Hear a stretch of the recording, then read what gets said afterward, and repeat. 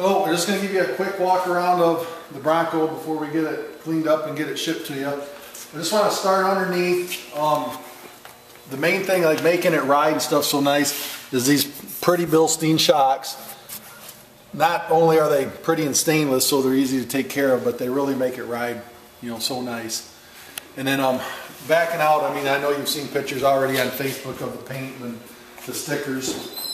But as we walk around, you can see stuff. I'll just show you real simple things on the opening the hood's very easy. It's not inside. You just pull this lever here. It pops one, and then there's right underneath here is the second lever. Pull that, goes up twice, and then there's a rod here. It comes down, and then just goes up into the hole here. Then that holds the hood up. Again, everything underneath is really simple. There's not much to these at all. The transmission dipstick is here. It's in red, just like a normal car. Pulls out and then check it. The battery and stuff's here. It's non-sealed. You don't have to do anything to it. There's no maintenance involved in it. The only other fluids, the power steering is here. Again, pulls out. It's just a dipstick. Pulls out, check it, and then put it back in. Master fluid is here. You should never really have to check it. They'll do this when they service the truck, you know, at the place, which again, you only have to change the oil on it unless you're driving a lot. Every 3,000 miles or at least a couple times a year, just have it checked. Engine oil is right here, right on the side. Again, same thing, just pulls out, you check it, goes back in.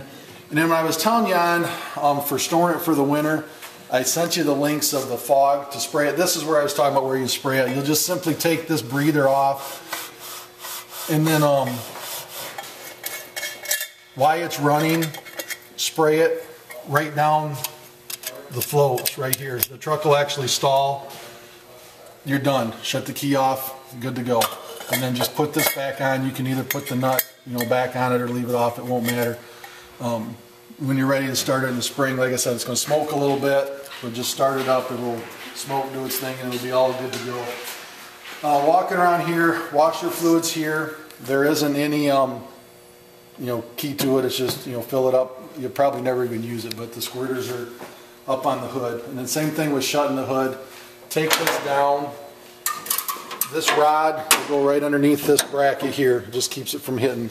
And then the easiest, you know, way is just so you don't dent the hood. Up from this height, just drop it. It's better than if you push on it, you know, you might dent it. But walking around this way, again, there's nothing really any different. I'm going to show you the lockouts. We were talking about four-wheel drive. On the hub here, where it says free, that's in two-wheel drive. And then over here is the lock. It's simply, you just turn it, basically a quarter turn, and that's locked in. So then you lock, like if you know you're going to use it like we were talking about, go ahead and lock it in. You can just leave it in two-wheel drive inside the truck. Just remember, you know, when you're done, unlock it to leave it in the free position. It just, you know, helps with the gas mileage.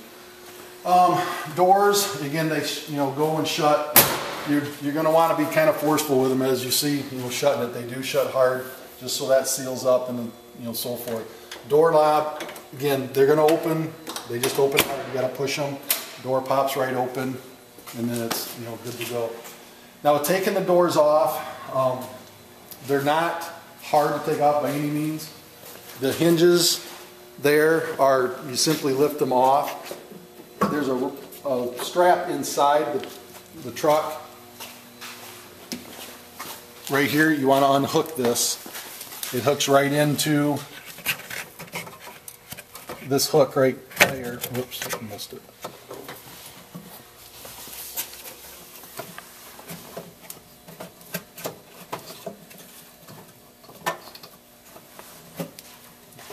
It simply goes on there. All you do is pull it off. There's no tools required, I guess is what I was showing you. So that comes off like that.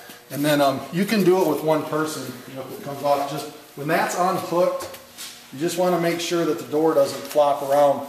One, it'll dent the chrome, and two, it'll end up, the door handle will hit on the fender and put a nice dent in it. The easiest way is just to kind of move them back and forth,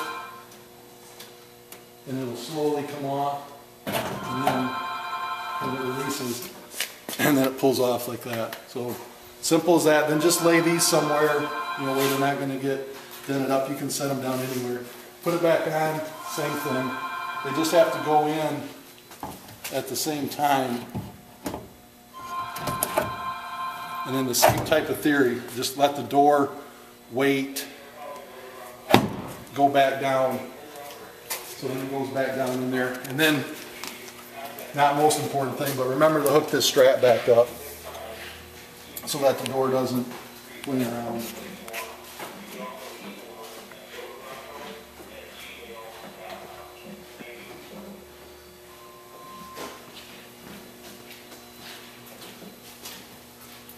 And then you're good to go again, and it shuts just like that. The inside, everything's manual. Windows up and down. The mirror, it's the original mirror. They don't have these on a lot of them, but it actually adjusts from the inside. That's about as big options as you got back in '76. Inside, we'll send you a separate video on the top that you'll have, but the biggest things you have to know is it has 2 gas tanks in it. The switch on the dash, on the left hand side it says main, which is the big tank in the back, and then you click it over like that, that's the little tank on the side. And then all this switch here does is does the gauge, tells you where the fuel's at. Like as you can see, like when you turn it on, you know, now it goes up. It looks like it's almost 3/4 on the main. Switch it over to the other one. It takes it a minute. They're electric gauges, but it's about the same exact fuel on that. So I had filled them up. We just ran some out of both tanks. Now the thing you have to remember is when you switch this, you also have to switch this switch underneath here. The easiest way to do it is when this lever is pointed to the left over on main, the big lever on here is also pointed to the left.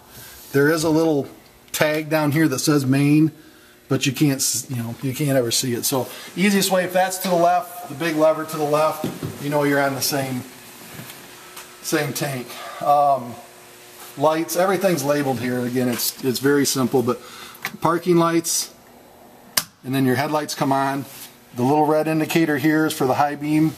Down on the floor is where you switch it from high beam to low beam. So you switch that, then it goes to low beam. The turn signals, again, very simple. They go to the right and blink, and then it shuts off. Go to the left, it blinks again and shuts off. The windshield wipers are the next thing. There's 2 speeds. There's low, and then there's high. So again, very simple. There's not much to it. You can, the squirters I was telling you about, you push them and it squirts up on the windshield. It doesn't have to be on to do that. You just push them and then that goes right off. The heater, again, it's all cable operated. And it says right here, like right now it's on heat, so it'll blow out the floor. There's high and then there's low. And like you said, you can feel it there. You pull this lever out and then it blows out the top, out the defrost. Again, you can kind of run it in the middle. Again, all this runs a cable. So you run it in the middle, it blows out a bolt. And then when you don't want it on, you just simply push it in. This lever here is your climate control. The farther you pull it out, the hotter it gets. The further you pull it in, the cooler it gets. All it's doing is running a little valve outside on the engine. So again, it's all manually controlled. Shifting.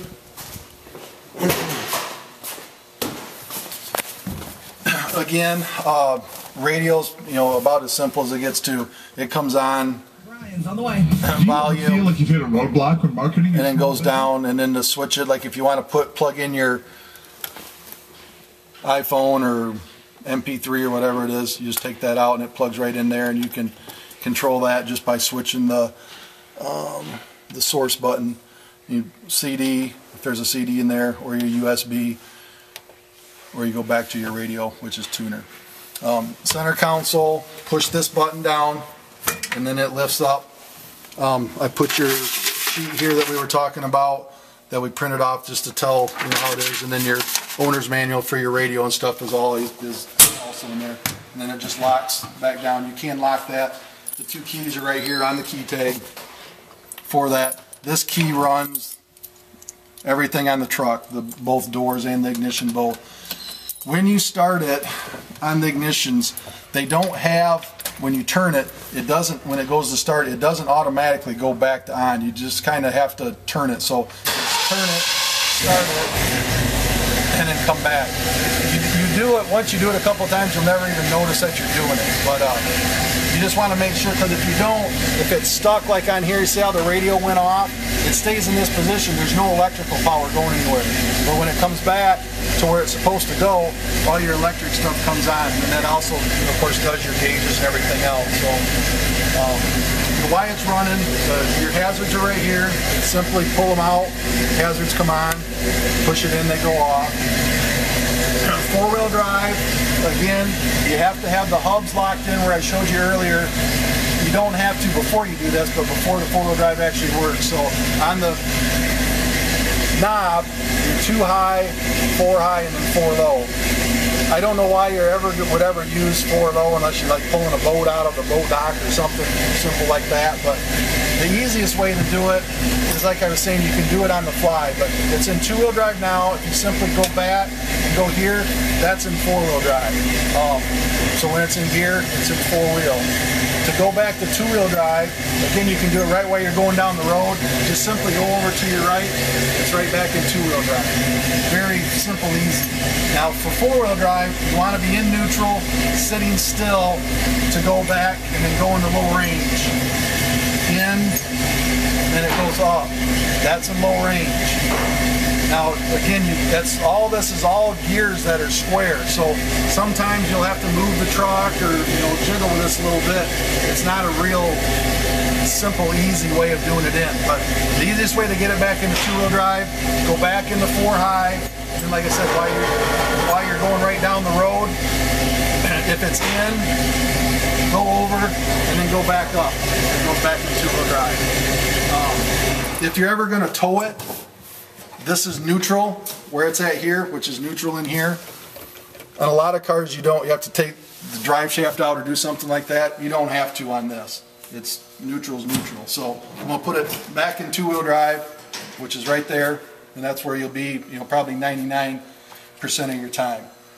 I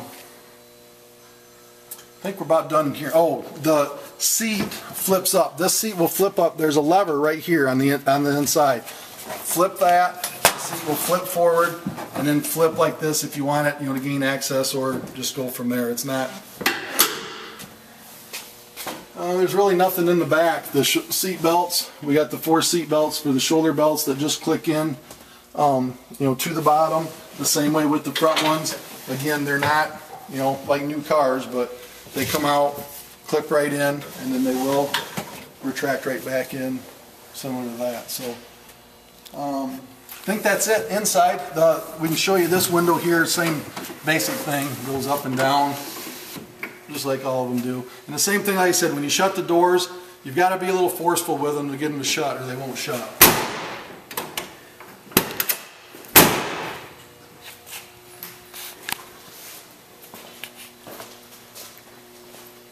Locking gas caps, you can have them or take them off. I don't know which. There's 2 of them, so I'm not really positive which key's which. But this one comes off like that, and then of course the other one works the same,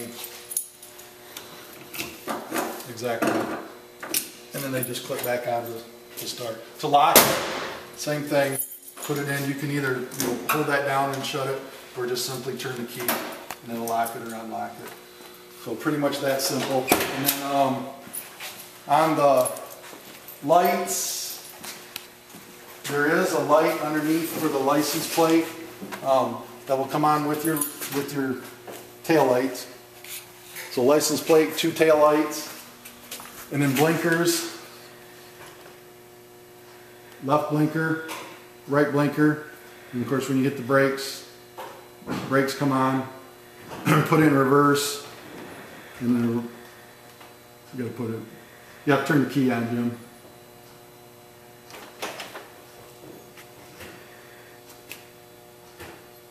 And put it in park. So anyway, not that you're ever going to see them, but they do work when you put it in reverse. Back to the front, same thing. And then we'll come back to the back. I'll show you how to spare tire carrier, which again is fairly simple.